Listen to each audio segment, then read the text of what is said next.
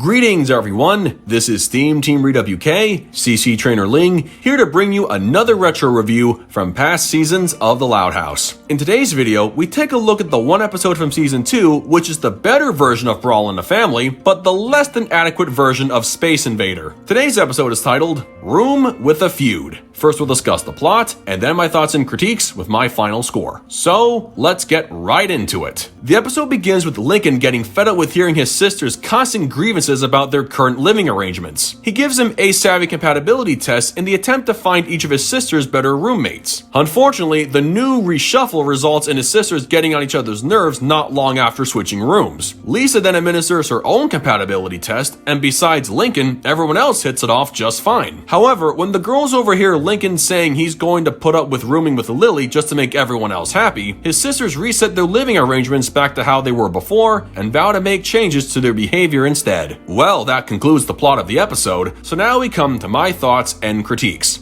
This is one of the most clear-cut examples of the trope status quo is God, and if the takeaway message was supposed to be nothing really matters by the end, they took the hammer and drove that nail further and deeper than what was necessary. However, I in good faith cannot dismiss all of Lincoln's sisters' grievances about their roommates completely out of hand. They've been dealing with the same roommates for years, and if you had to put up with some of their more annoying habits day in and day out, you would finally say enough is enough and want to get away from them too. At least their reasoning for being at each other's throats was more respectable than what went down in Brawl in the Family, so this episode has the more respectable edge. Of course, that very same episode also has the sisters going through a temporary room rearrangement, albeit not very well. This is just like what happens in Space Invader, and yet that episode from Season 1 did a much better job at handling that kind of conflict than this episode right here. One episode deals with only 2 sisters splitting up, and this one deals with all 10. Again, I sympathize with their complaints, but it just seemed like an overkill to use all of them for what was conceptually the same conflict. Now, unlike Brawl, Lincoln is not at fault for anything in trying to resolve the ongoing issues. I really hated how Lisa referred to Lincoln and Clyde as dunces for using a compatibility test based on Ace Savvy. Going based on how things were working out during the first reshuffle, it seemed like everything was going fine, and even Lisa was enjoying Luna as her new roommate. The fact is, the results of Lincoln's tests were not exactly inaccurate. Prior to this episode, Lola and Lucy both come off as melodramatic, Lynn and Lana don't care how dirty they get, and Lenny will laugh at just about anything. They may not have everything in common, but there's still a small amount of compatibility between them. But in defense of how Lisa conducted her compatibility test, her results were based on DNA samples, school and medical records, and apparently she was reading her sister's diaries. Scientifically speaking, Lisa did have the better approach at reshuffling the living arrangements. I guess having a green brain increases one's intellect. Surprisingly, while most of her siblings had a roommate compatibility of over 90% based on her test, Lisa didn't match with anyone, and Lincoln only matched with Lily at 17%.